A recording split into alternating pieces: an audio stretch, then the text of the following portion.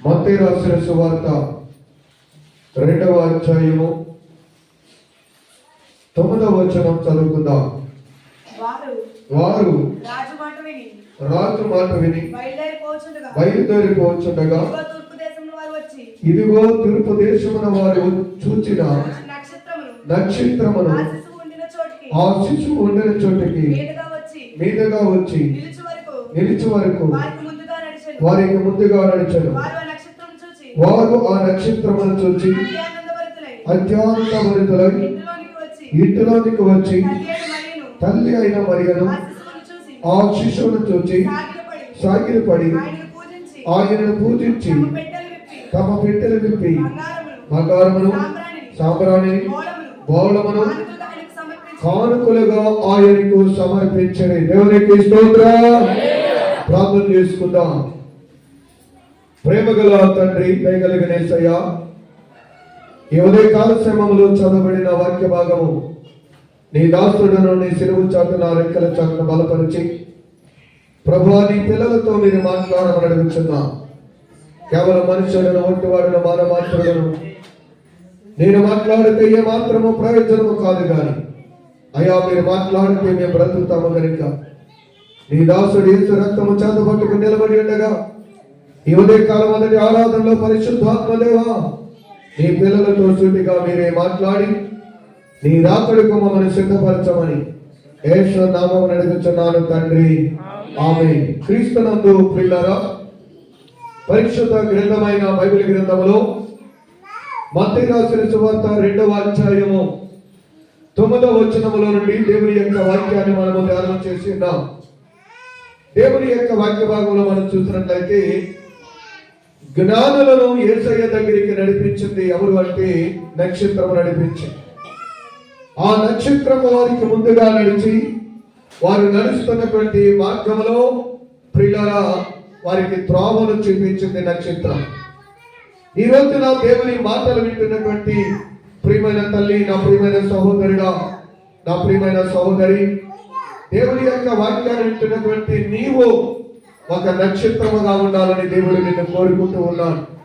ఈ రోజున దేవుని మాటలు వింటున్న మనము అనేకులను క్రీస్తు దగ్గరికి నడిపించేవారిగా, అనేకులను ప్రభు దగ్గరికి వారిని తీసుకొచ్చేవారిగా, అనేకులకు దేవుని వాక్యం తెలియని వారిని, సత్యము తెలియని వారిని సత్యమైన మార్గంలో నడిపించే ఒక నక్షత్రములా ఉండాలని దేవుడు కోరుకుంటూ ఉన్నాడు. జ్ఞానులను నడిపించింది ఎవరు అంటే ప్రియులారా, తూర్పు దేశం నుంచి వచ్చిన జ్ఞానం నడిపించడానికి ఆకాశం నుండి ఒక నక్షత్రము వారికి ముందుగా నడిచి వారికి దారిని చూపించి వారికి త్రోవను చూపించి వారు యేసు దగ్గరికి చేరే వరకు, వారు తల్లి అయిన మరియను చూసే వరకు, ఆయన ఎక్కడ ఉన్నాడో, ఆయన ఎక్కడ జన్మించాడో ఆయనను కనుగొనేలాగా ఆయన దగ్గరికి ఎవరు తీసుకెళ్లారంటే ఒక నక్షత్రము ఆయన దగ్గరికి తీసుకువెళ్ళింది. ఈ రోజున దేవుని మాటలు వింటున్న నీవు, ఈ క్రిస్మస్ నెలలో ప్రభువుని ఆరాధిస్తున్న నీవు, పండుగలు చేసుకుంటున్న నీవు, క్రిస్మస్ హ్యాపీ క్రిస్మస్ అని అందరితో చెప్తున్నావు, కానీ నశించిపోతున్న అనేకులకు క్రీస్తు దగ్గరికి తీసుకురాగలుగుతున్నావా? అనేకులను ప్రభు కొరకు ప్రియులను సంపాదించగలుగుతున్నావా? అనేకులను దిగజారిపోతున్న వారిని, తొట్రెళ్ళిపోతున్న వారిని, ఆరాధనలో పడిపోయిన వారిని, లోకంలో పడిపోయిన వారిని, దేవుని సన్నిధికి దూరమైపోతున్న వారిని దేవుని దగ్గరికి తీసుకొచ్చే ఒక మంచి నక్షత్రం వలనే ఉండాలి. అందుకనే పరిశుద్ధ గ్రంథమైన బైబిల్ సెలవిస్తుంది, జ్ఞానులేవారు కానీ వారిని ఎవరు నడిపించారు అంటే నక్షత్రం నడిపించింది. ఈ రోజున దేవుని వాక్యాన్ని వింటున్న నీవు నీ ఇంటిలో వారిని నడిపించగలుగుతున్నావా? నీ కుటుంబంలో వారిని ప్రభు దగ్గర తీసుకురాగలుగుతున్నావా? నీ ఇంటిలో వారిని వాడుకట్టు వారిని యేసు గొప్ప దేవుడని ఆయనను ప్రకటించగలిగితే, ఆయనను చూపించగలిగిన ఒక నక్షత్రం వలె ఉంటే నువ్వు ఆకాశంలో ఒక నక్షత్రం వలె ఉంటావని దేవుడు సెలవిస్తున్నాడు. దానియేలు రాసిన గ్రంథము 12వ అధ్యాయము 3వ వచనములో, దానియేలు రాసిన గ్రంథము 12:3 త్వరగా చదువుకుందాం.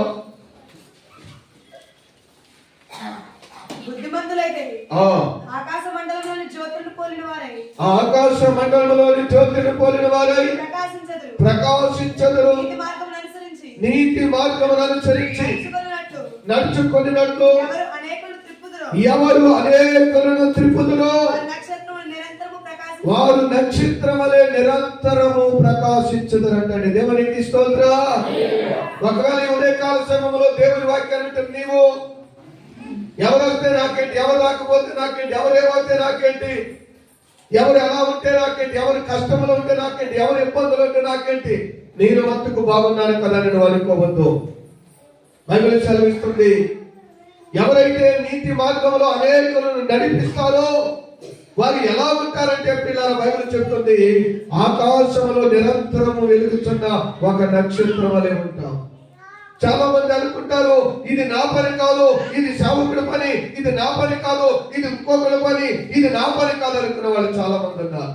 ఈ రోజున ఈ క్రిస్మస్ నెలలో ప్రపంచమంతా ఆ నక్షత్రం గురించి మాట్లాడగలడానికి గల ఒకే ఒక కారణం ఏంటో తెలుసా? ఆకాశంలో కోట్లాది నక్షత్రాలు ఉన్నాయి. లెక్కకు విస్తారమైన నక్షత్రాలు, మనుషులు లెక్క పెట్టలేని నక్షత్రాలు ఆకాశంలో ఉన్నాయి. కానీ అన్ని నక్షత్రాలు ఒకే ఒక నక్షత్రం అంట ఆకాశం నుండి కిందకి దిగి వచ్చి జ్ఞానులను యేసయ్య దగ్గరికి తీసుకువెళ్ళింది. ఏ నక్షత్రం అయితే యేసయ్య దగ్గరికి జ్ఞానులను తీసుకెళ్ళిందో ఆ నక్షత్రముల గురించి దేవుడు బైబిల్లో ఇలా రాయించి ఉన్నాడు.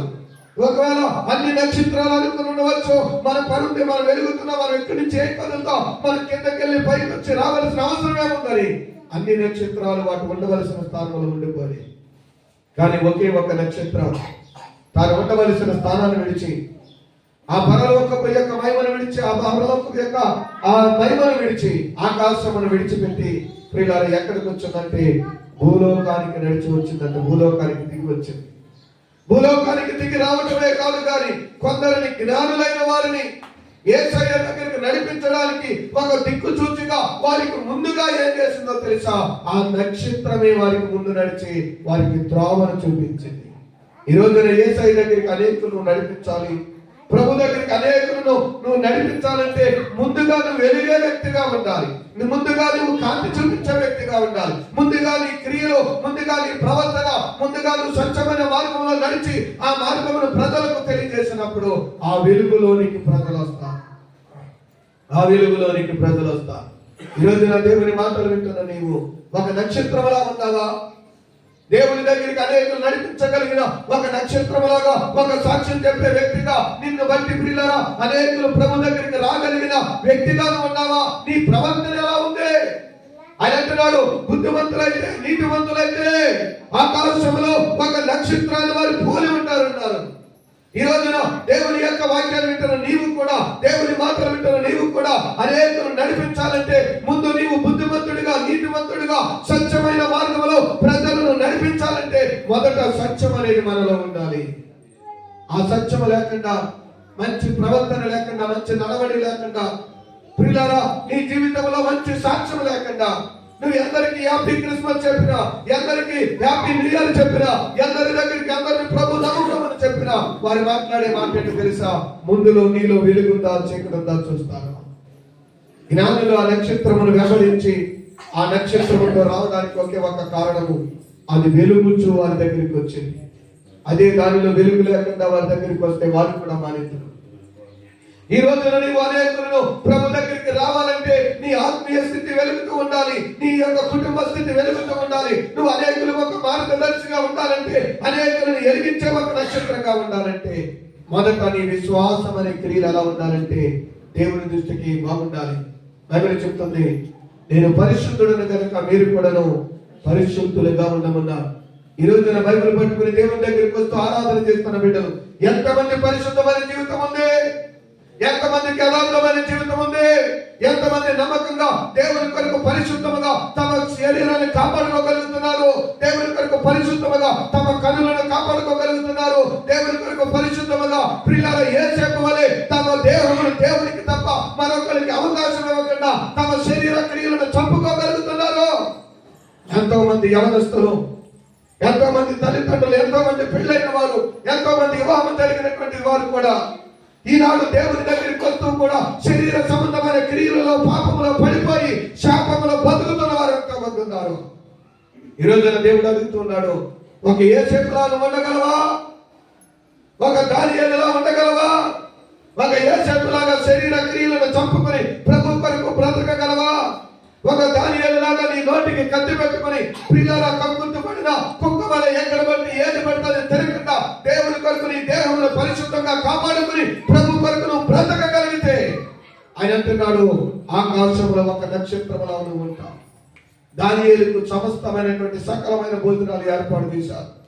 కానీ దానియేలు అంట, అది తింటే నేను ఎక్కడ అపవిత్రుడని అయిపోతాను అని తాను తినకుండానట్లుగా రాజుతో అడిగాడు, నాకు శాహారమే, గింజల ఆహారమే కావాలి తప్ప నాకు మరొక ఈ మంచి మంచి భోజనాలు, ఈ మాంసాలు ఏమి నాకు వద్దన్నారు. ఈనాడు ఎంతో మంది క్రైస్తవ పిల్లలు దేవుని యొక్క సన్నిధిలో రక్షణ పొంది బాప్తిసం పొంది బలలో పాల్పంచుకుంటూ కూడా ఒక నక్షత్రం లాగా అనేకులకు ఒక సాక్షిగా ఉండవలసిన వారు వారిని బట్టి అనేకులు దిగజారిపోవడానికి కారకులు అవుతున్నారు. ఎందుకో తెలుసా? కొందరు తిండి కాడ యాసాములాగా పడిపోయే వాళ్ళు ఉన్నారు. కొందరు ధనము కోసము, డబ్బు కోసము గ్యాహీలాగా పడిపోయి పరిగెట్టే వాళ్ళు కొందరు ఉన్నారు. ప్రియులారా, కొందరు శరీర సంబంధమైన క్రియలను చంపుకోలేక ఆ శరీర సంబంధమైన క్రియల్లో పడిపోయే వారుగా ఉన్నారు. ఈ రోజు నా బైబిల్ సెలవిస్తుంది, దేవుని వాక్యాన్ని వింటున్న నా ప్రియమైన తల్లి, నా ప్రియమైన సహోదరుడా, హ్యాపీ క్రిస్మస్ చెప్పేటప్పుడు నువ్వు ముందుగా గమనించుకోవాలి, ఆ క్రిస్మస్ చెప్పడానికి నేను అర్హురాలను కాదా? నాలో పరిశుద్ధమైన క్రియలు ఉన్నాయా? నాలో యథార్థమైన క్రియలు ఉన్నాయా? నేను వెలుగుతున్నానా లేకపోతే నాలో చీకటి పనిచేస్తుందా? నా ప్రభువు యేసయ్య యోహాను సువార్త 8వ అధ్యాయం అంటున్నాడు, నేను లోకమునకు వెలుగై ఉన్నాను కనుక నన్ను వెంబడించేవారు చీకటిలో నడవక నిత్య జీవపు వెలుగు కలిగి వారు నడిచెదరు. యేసయ్యను వెంబడించేవారంట యేసయ్యలో ఏ వెలుగైతే ఉందో, యేసయ్యలో ఏ సత్యమైతే ఉందో ఆ సత్యములో నా ప్రజలు నడుస్తారని యేసయ్య అంటున్నాడు. ఈ రోజున నువ్వు లోకానికి వెలుగై ఉండాలి. నిన్ను చూసినప్పుడు ప్రభు దగ్గరికి వెళ్తున్న బిడ్డ ఎంత యథార్థంగా, ఎంత సత్యముగా, ఎంత పరిపూర్ణంగా జీవిస్తున్నారని నిన్ను బట్టి ప్రభు నామ మహిమపరచబడే వ్యక్తిగా ఉండాలి. ఆ జ్ఞానులు ఆ నక్షత్రమును వెంబడించి ప్రభు దగ్గరికి రాగలిగారు అంటే అది వెలుగుతూ ఉంది. ఈనాడు కొంతమంది క్రిస్మస్ లో మాత్రమే వెలుగుతూ ఉంటారు, కొంతమంది నూతన సంవత్సరంలో మాత్రమే వెలుగుతూ ఉంటారు, కొంతమంది ఏదైనా మీటింగులకు మాత్రమే వెలుగుతూ ఉంటారు, కొంతమంది ఏదైనా దేవుని విషయంలో పండగలు వచ్చినప్పుడు మాత్రమే వెలుగుతూ ఉంటారు. నిజమైన క్రైస్తవుడు ఒక నక్షత్రం వల్ల నిరంతరం వెలుగుతూ ఉంటారు. స్టార్ అంటే అది ప్రతి దానికి పెట్టరు. ఎందుకో తెలుసా? అది నిత్యము వెలుగుతున్నది. కనుక ఈ రోజున నువ్వు దేవుని వాక్యాన్ని వింటున్నా, దేవుని సత్యాన్ని వింటున్నా, నీవు కూడా ఏదో ఆదివారం నాడు మాత్రమే వెలిచేటువంటి నక్షత్రముగా కాదు, ఏదో సభలో వెలిచే నక్షత్రముగా కాదు, పండుగల్లో వెలిచే నక్షత్రంగా కాదు, కానీ నిరంతరం ఆయన కొరకు వెలిగించబడే నక్షత్రంగా నువ్వు ఉండాలి. దేవుని కొరకు ప్రయాసపడి కలిగిన వ్యక్తిగా, అనేకులను ప్రభు దగ్గరికి తీసుకురాగలిగిన వ్యక్తిగా, అనేకులను ప్రభు మార్గంలో నడిపించే వ్యక్తిగా నీవు ఆయన నక్షత్రములా ఉండాలి. యాకోబు రాసిన పత్రిక 5వ అధ్యాయము ఆఖరి వచనంలో 20వ వచనంలో దేవుడు అంటున్నమాట. యాకోబు రాసిన పత్రిక 5వ అధ్యాయం ఆఖరి వచనం త్వరగా.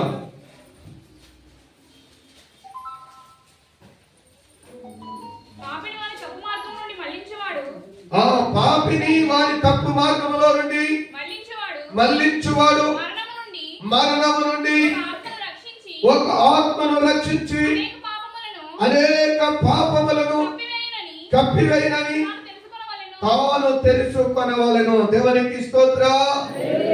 మరణము నుండి ఒక పాపము నుండి ఒక ఆత్మను తప్పించేవాడట, మరణము నుండి నరకానికి ఒక ఆత్మను తప్పిస్తూ ఉన్నాడు.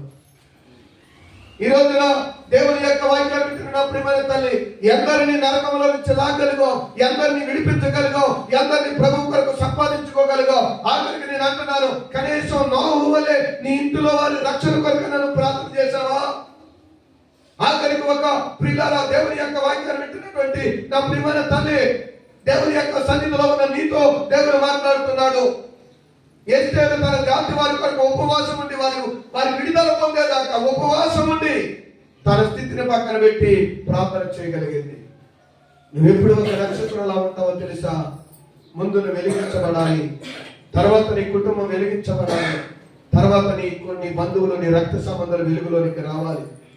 ఒక ఎస్తేరు వలె ప్రియులారా, నీ కుటుంబానికి ఒక నోహు వలె నీ కుటుంబాన్ని ఎప్పుడైతే ప్రభు దగ్గర నడిపించుకోగలుగుతావో, లక్షణ మార్గంలో నడిపించుకోగలుగుతావో, ఒక పాపినంట తమ పాపాల నుండి విడిపించి ప్రభు దగ్గర తీసుకొచ్చినటువంటి వ్యక్తి అంట ఒక ఆత్మను నరకములో నుండి విడిపిస్తుంది. ఈరోజు నా సువార్తను ప్రకటించడం అంటే భారం అనుకున్నావేమో, నేనెందుకు తెలియచేయడం అనుకున్నావేమో. ఒకవేళ ఒక వ్యక్తిని సువార్తను ప్రకటించి, ఒక వ్యక్తిని ప్రభు దగ్గర తీసుకొచ్చి, ఒక వ్యక్తిని తన పాప మార్గం నుంచి, తప్పుడు మార్గాల నుంచి నువ్వు విడిపించగలిగితే, ఆయన అంటున్నాడు ఒక ఆత్మను నరకంలో నుండి తప్పించని వ్యక్తిని. ఆయన అంటున్నాడు అటువంటి వ్యక్తుల గురించి ఆయన అంటున్నాడు వాళ్ళు నా నక్షత్రము, వాళ్ళు నా నక్షత్రం అంటున్నాడు. చూడండి మత్తయి సువార్త 2వ అధ్యాయంలో మనం చదివినట్లయితే ఆయన నక్షత్రము, దేవునికి స్తోత్రం. ఆ నక్షత్రం ఎవరంటే ఆయన, వారు ఆయన నక్షత్రముగా ఉంటారు. నువ్వు దేవుని కొరకు ప్రయాసపడితే, దేవుని కొరకు పని చేయగలిగితే, దేవుని కొరకు ప్రియులారా నువ్వు అనేకులు నడిపించగలిగితే, దేవుని పనిలో నువ్వు వాడబడే వ్యక్తిగా ఉంటే, దేవుని పరిచర్యలో నీ కుప్పలను విప్పగలిగిన వ్యక్తిగా ఉంటే, దేవుని కొరకు ప్రియులారా అనేకులకు సువార్త ప్రకటించే వ్యక్తిగా ఉంటే, నేనేమంటున్నాడో తెలుసా, అందరి నక్షత్రాలు కాదు, అన్ని నక్షత్రాలుగా కాదు, ఆ నక్షత్రం నా నక్షత్రం, ఆయన నక్షత్రం అంటది. మత్తయి సువార్త 2వ అధ్యాయంలో మాట్లాడుతుంది నా నక్షత్రం, ఆయన నక్షత్రం వారికి ముందుగా నడిచింది. నువ్వు ఆయన నక్షత్రంగా ఉన్నావా?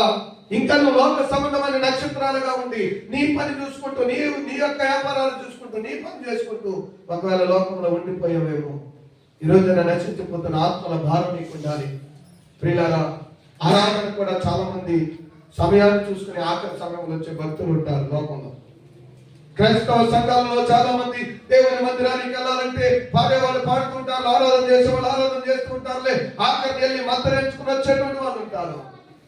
అప్పుడు నువ్వు ఆయన నక్షత్రంగా ఉండవు, నీ నక్షత్రంగానే ఉంటావు.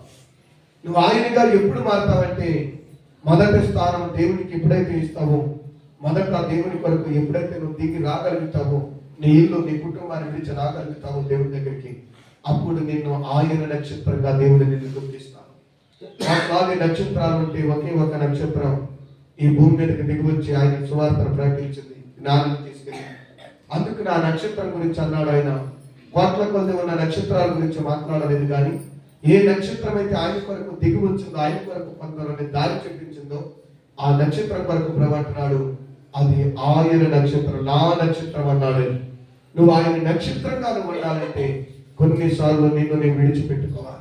నీ కుటుంబాన్ని, నీ బిడ్డలను, అవసరమైతే నీ పనులు విడిచి దేవుని కొరకు నువ్వు ఎప్పుడైతే ప్రయాసపడగలుగుతావో, దేవుని కొరకు ఎప్పుడైతే నీ ఆశలు, నీ కోరికలను చంపుకోగలుగుతావో, దేవుని కొరకు ఎప్పుడైతే నువ్వు వెళ్ళగలుగుతావో, అప్పుడు నువ్వు ఆయన నక్షత్రంలా మారుతావు.